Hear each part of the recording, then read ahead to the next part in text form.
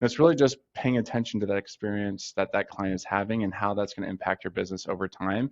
And often it's just saying thank you. It's not like sneaking like, hey, thank you, here's 10% off your next order. Just a full stop, say thank you, make Yeah. them feel appreciated.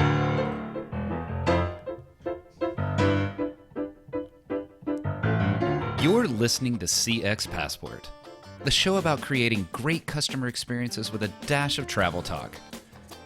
Each episode, we'll talk with our guests about great CX, travel, and just like the best journeys, explore new directions we never anticipated. I'm your host, Rick Denton. I believe the best meals are served outside and require a passport. Let's get going. Today's an interesting episode for me on a few layers. On the classic CX Passport level, we get a chance to learn from a CEO of a product designed to help businesses connect emotionally with their customers.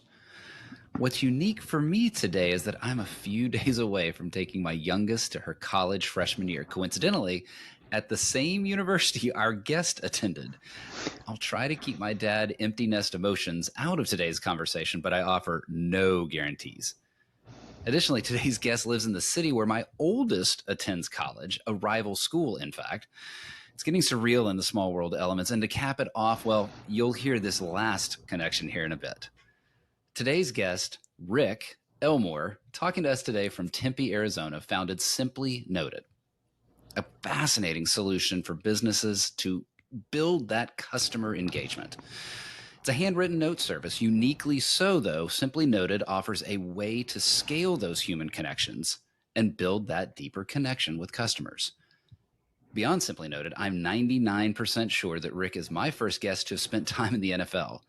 That time came after his stellar college career at University of Arizona, the university where I'll be heading in 2 days for my daughter's college move-in.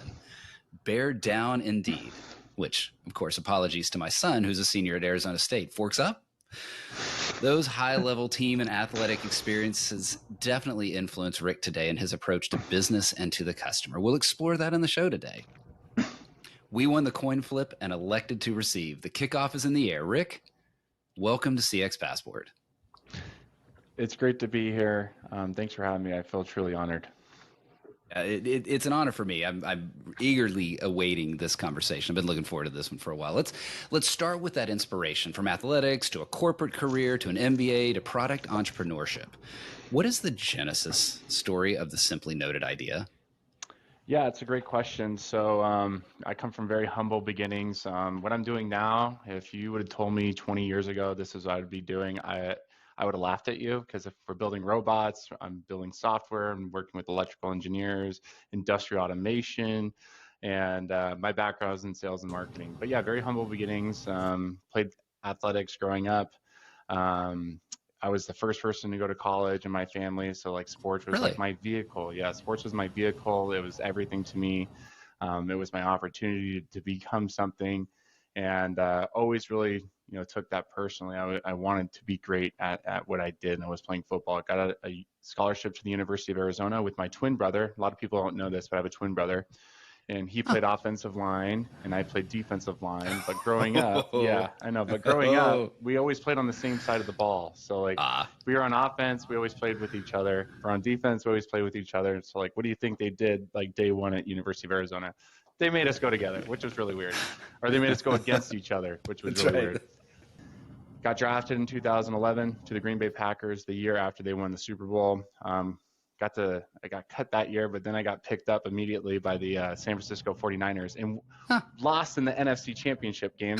And we had a Hall of Fame team, which like I mean I almost went to the Super Bowl in my rookie year. But Yeah. yeah, I got to play for 3 years, almost 4 years, and had the typical career journeyman, special teams player, third down pass specialist. And after that fourth year, I kind of just looked at myself in the mirror. I was like, when it's time. Wasn't really sticking anywhere, so I retired and got into the Mm. corporate world, and did medical sales for 6 years.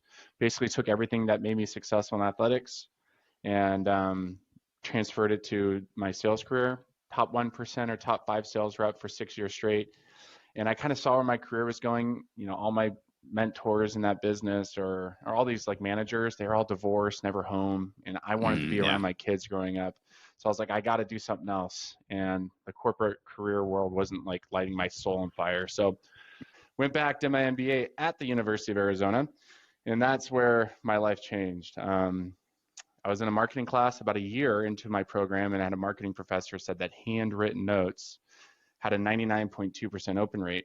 And then he was going through everything else. Like everything was super marginal: email, direct mail, cold calling, knocking doors. Everything was like 4%, Right. 6%, 12%, 18%. And I was in sales. I was like, man, if I can get in front of my customer 99.2% of the time, it's going to make me more successful. So started researching it, and I was like, man, if I can figure out a way to scale this for businesses, automate it for businesses, there may be something there.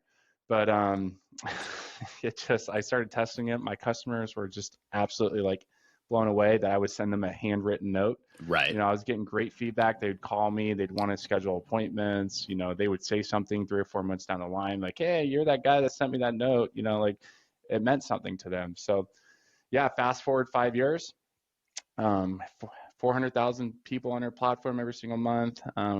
We got done building our own patented robot, or patent pending. We have 6 patents pending on our handwriting technology.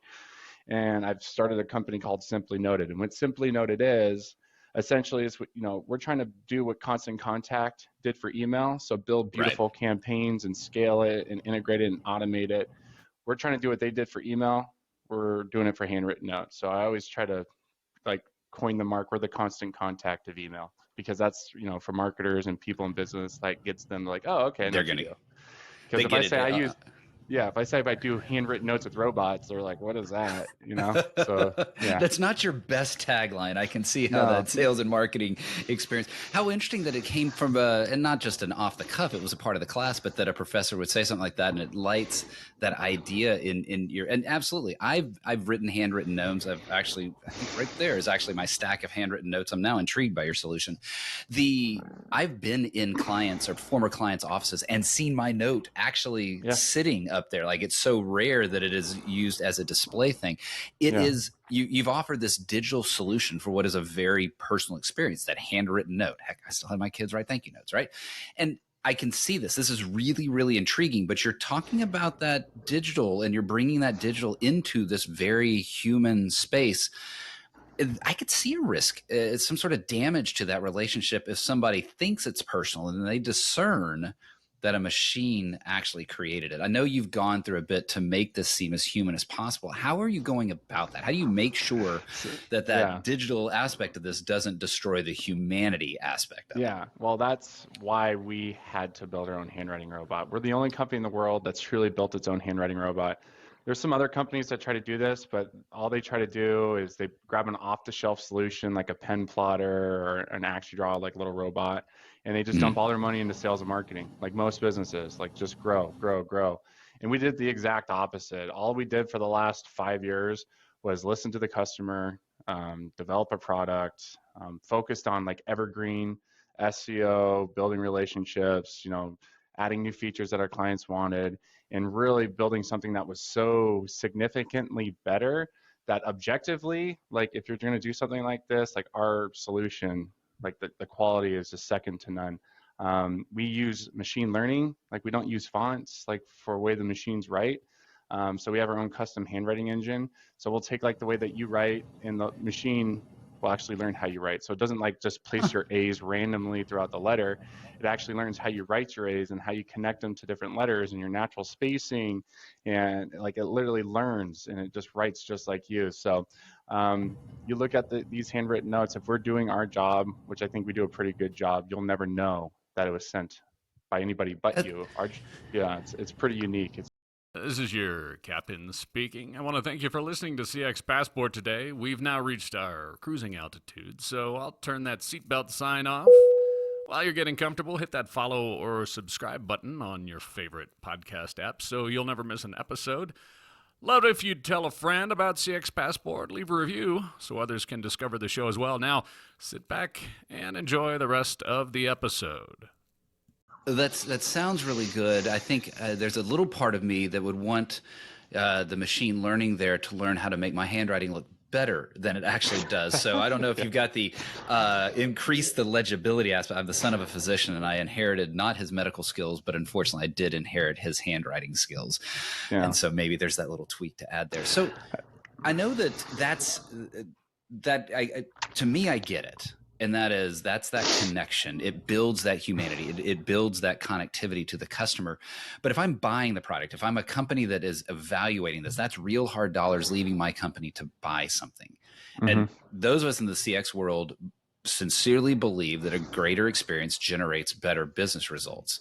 I know, though, outside of the CX space, it's still viewed as sort of soft. It's the soft part of the business. How are you helping your clients see that personal connection to their customers are going to actually generate real, honest to God, tangible business results? Yeah, well, I mean, we all know it costs a lot more to get a new client. And nowadays, it's all about the best customer experience, making sure that they feel appreciated. And there's tons of stats on this. I always quote a Harvard Business Review study that talks about just by just in, um, by just giving your audience or your clients a better customer experience, how that's going to help your business. Customers who feel appreciated are 5 times more likely to make a repeat purchase. So, you're increasing the lifetime value. They're 5 times more likely to forgive a mistake, and we're all human, right? Sometimes orders get out slow or something was wrong with the order. So they're a lot more likely to forgive a mistake. They're 4 more times likely to make a referral. So like, think about how that's going to naturally grow your business over time. And also like client retention. So like, think about like the attrition rate, like turnover, like the average turnover. Every business has it. And this was like one of the most impactful stats that I thought stood out in the study, was just a 5% improvement in client retention for your business accounts will increase your profits 25 to 95% year over year. And these are studies. These are by Harvard Business School, and these are all proven studies that they've done. So it's really just paying attention to that experience that client is having and how that's going to impact your business over time. And often it's just saying thank you. It's not like sneaking like, hey, thank you, here's 10% off your next order. Just a full stop, say thank you, make Yeah. them feel appreciated.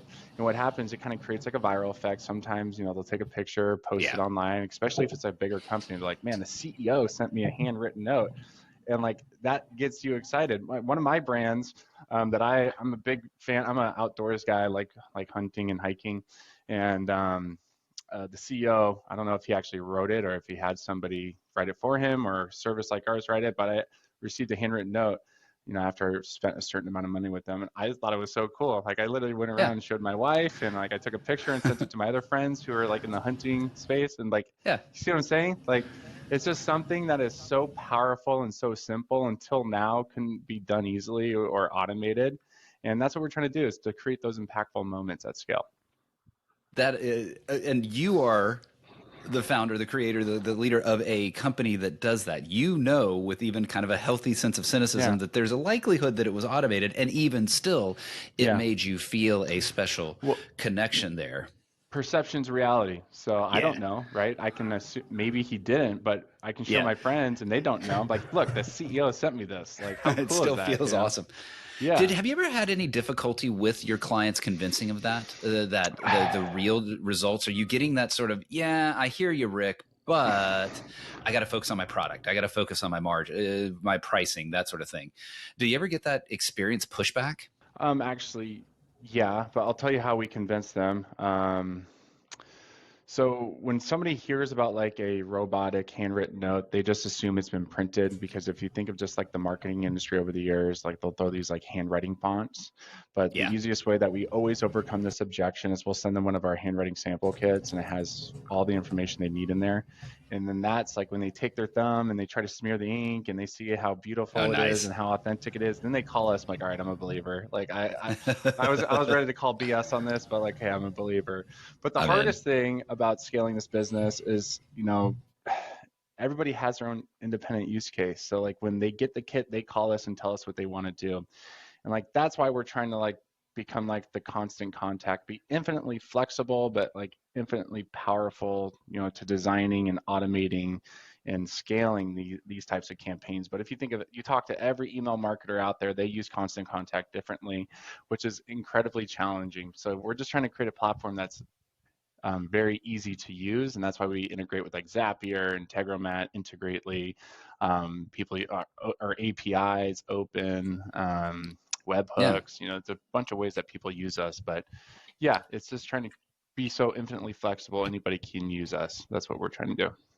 You said something that I want to explore later. I've got a question though that's top of mind right now. But you mentioned, you shared this with the customers, and you learned something from them. They learned something from you. I want to get into that. How do you listen? Because you've got two layers of customer: your customer and then your customer's customer.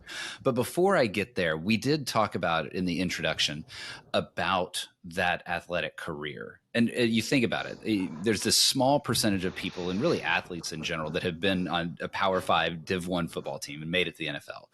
And you mentioned the successes that you had there. I want to, not so much the successes, really about the experiences, the lessons. What did you learn while you were there in that athletic environment, that high intensity, high level athletic environment that you've carried forward, that inspires you both in business to some degree, but also in that customer experience space? But one thing I've learned in the NFL, and there's like a Tom Brady quote about this, it's like, when you get your chance, don't mess it up. And I've been constantly trying to build a platform and build a product and build a robot that when we get our chances, we don't mess it up. Because when you get a new client, you only get one chance, right? It's like a first date. And I train our sales guys on this. You only get a first date once. If you don't make a good first impression, you don't get a second date. So I've been relentlessly, if I got an opportunity back then and I messed it up, but I didn't get signed, or, I think about what was lost, right? Millions of dollars, right? So Right.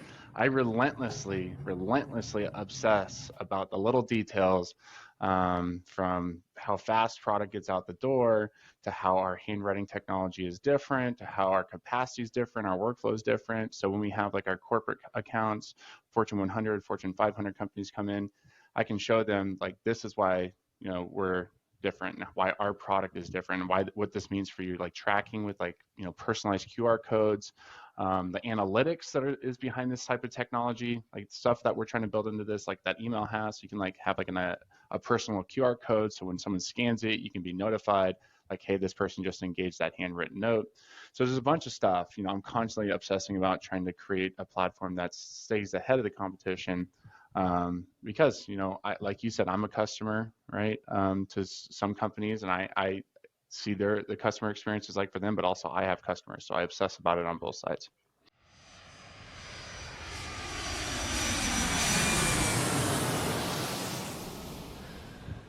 Oh, Rick, I can absolutely see how that relentlessness inspired by athletics, because you hear that phrase, you can't take a play off. And if you do, then you're going to get run over, and whatever that is, whatever position that is, whatever sport that is.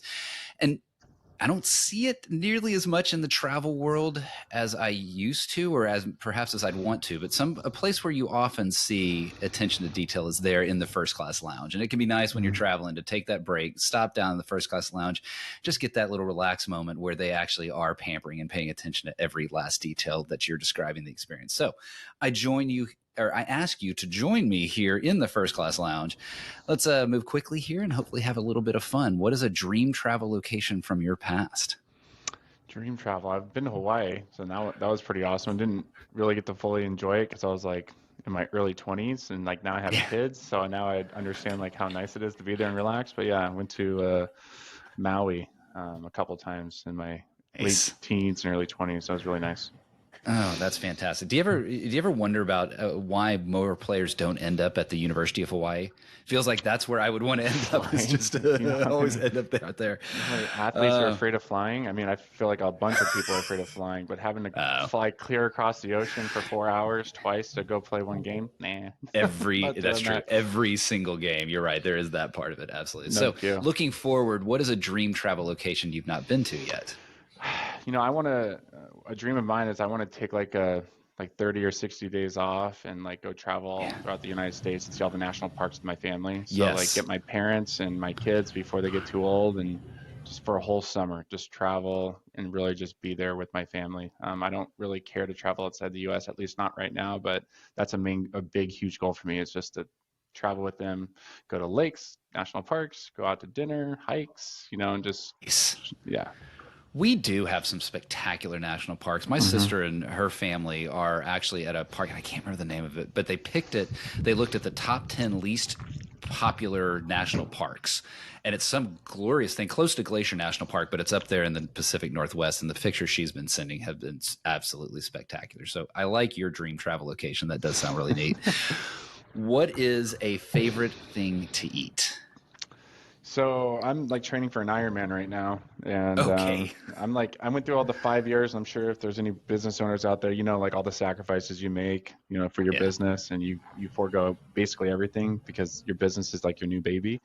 So like now Mm. we're like into our year 5, and our business is like kind of taken off, and I'm focusing a lot more on my health. So I mean, I'm really boring. I mean, it's like a lot of eggs and meat and salads.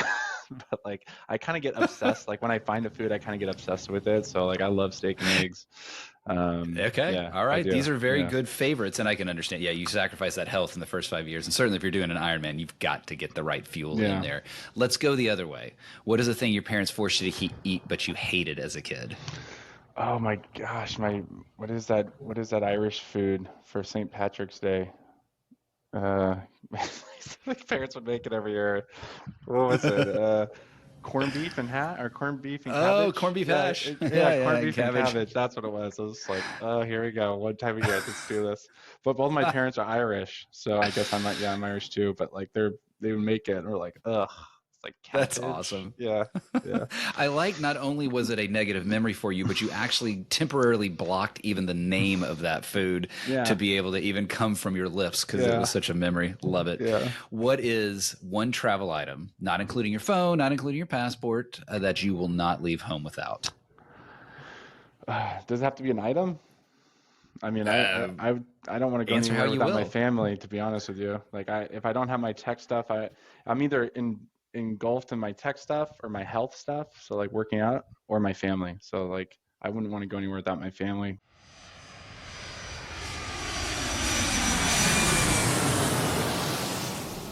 Oh, Rick, yeah, that's really nice. As I mentioned, my wife and I are about to pivot in the empty nest world, and some of those observations of bringing family and those kind of things certainly create some tears as we think about that those opportunities will become fewer. They aren't absent, but they do become more difficult and fewer. So I like that you're prioritizing that now when the opportunity is there.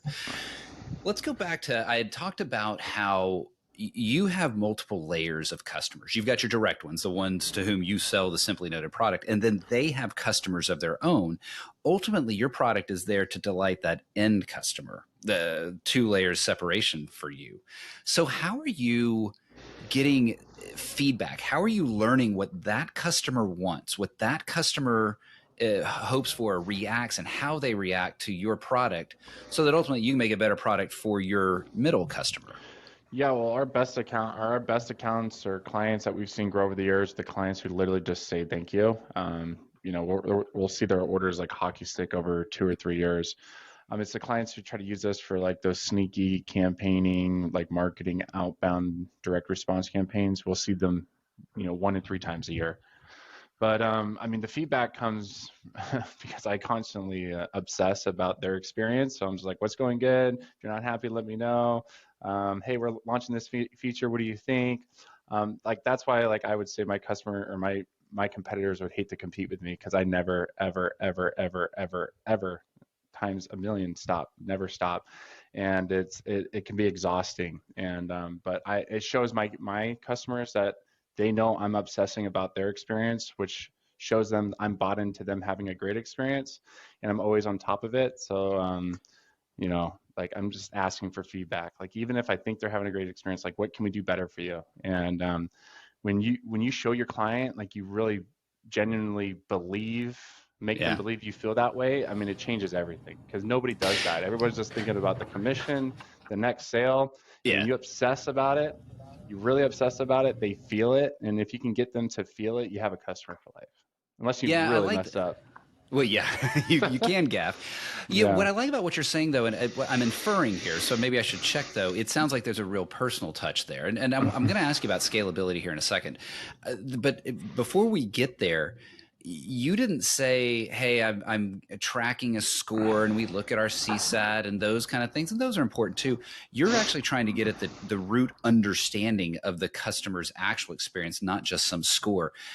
I inferred it's through calls and conversations. Is that kind of your primary vehicle, that you're having these live conversations with customers? Well, that's my background. That's my sales background. I mean, for Mm-hmm. 6 years, all I did was go to dinners and happy hours and lunches with my clients, and I just heard from their first world experience, how, what's going on, what do you like, what don't you like, and even though we service everybody, the only way that we can grow Simply Noted is working with businesses. We sell a $1 to $3 item. We're releasing a new subscription. Like, we've always been like pay as you go, but we're releasing a subscription to dramatically drop the price to make it available to everybody. But yeah, it's like only way we scale is with businesses. So every business account that comes on, I like hyper overlook it, make sure it goes great. And didn't matter. I was in my old medical sales job. I had 400 clients. Everybody didn't matter. Even when we sold the same product, all of them wanted something different. Some people wanted me to bring coffee and check in. Some people wanted me to take them to lunch. Some people Mm-hmm. wanted the relationship. Some people didn't want the relationship. Some people wanted different tools. And like, you have Yeah. to understand that. And if you don't understand that, like, you're going to lose. You're going to constantly lose. And I'm afraid to lose customers, like, especially business You accounts. But yeah. you definitely have a very high touch approach, and if I'm the customer, I'm really appreciative. Well, sometimes I might say, hey, look, I got it, we're good, but you're right, it's available there. You're understanding the customer and delivering what they need. You have aspirations for growth, though, and I know you've actually told me before that you make this personal call to each of your new customers. Heck, we got started just a hair late today because you were individually involved in helping with a customer concern, a customer conversation. And so I know that you're hoping for that strong growth, that eventually it's probably not sustainable. So as you're Mm-mm. looking forward, how do you think you're building that approach to your customer service, your customers, that's both this great customer experience and scalable? Yeah, so we're completely self-funded. So, we put over $1 million into our handwriting robot, and since that's done, now our budget's opened up. But I have huge aspirations. Handwritten notes are the last form of communication that people think can be automated, and I truly believe in my heart, like down to my soul, that this type of technology is going to be built into every marketing and sales automation tool within the next 5 to 7 years. And I believe Simply Noted can be that person who does it for everybody. So we're going to have to get a lot of help. I can't wear every hat. We're going to have to raise some money. This is a very expensive business to scale, both in we need the space, we need the capital equipment, and we need the people. And then I'm going to need to have great people around me. I've done everything for the last 5 years. Like, now I need like true expertise in scaling globally. And I told you, we just signed a client that's going to take us to Germany. We're opening up Yeah. a location on the East Coast to service the both west side of the United States and the East Coast a lot faster. So it's growing way faster, than I ever could have imagined. But there's a real need for this product. We're inundated by email. AI is taken Yeah. over. We've been in the digital world for the last 25 years. People are craving something personal, right? And give them that intangible, impactful, automated, scalable, genuine, personal handwritten note. It's worth its weight in gold. Right there. Actually, that feels like a really, really good place to end, Rick. If folks want to get to know more about you and your approach to customer experience in general or entrepreneurship, and then about Simply Noted in specific, what's the best place for them to find out more? Yeah, well, actually have a podcast that I talk about just life after sport. It's All called right. Life After Sport. You can reach out to me on LinkedIn. Just Rick Elmore, ELM as in Mary ORE, or just go to simplynoted.com, SIM as in Mary PLY noted.com. And if you want, just request a free sample kit, top right corner of the website, and we do a really good job in setting this, it probably costs That's us awesome. $25 to put this kit together, but we give you everything you need before anybody from this business will ever contact you. So you'll have a really good idea of what we do and how we That's do it. awesome. Well, good. And I'm going to get all that in the show notes. Actually, Rick, I didn't even, somehow I missed I've seen all your appearances. Well, maybe not all. I've seen your appearances on other podcasts. Now I get to go enjoy Life After Sport podcast as well and consume a few episodes of that. So, Rick, thanks for walking us through the journey of Simply Noted and the origin story, kind of your approach to customer experience in general, and how you're looking to add scalability through automation to what is intimately a human connection, that handwritten note. I enjoyed learning about that today. It was a good conversation. Rick, thank you for being on CX Passport. Thank you so much for having me, Rick. It was great to be here.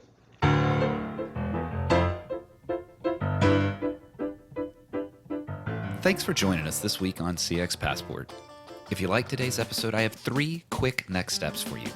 Click subscribe on the CX Passport YouTube channel or your favorite podcast app. Next, leave a comment below the video or a review in your favorite podcast app so others can find and enjoy CX Passport too. Then head over to cxpassport.com for show notes and resources that can help you create tangible business results by delivering great customer experience. Until next time, I'm Rick Denton, and I believe the best meals are served outside and require a passport.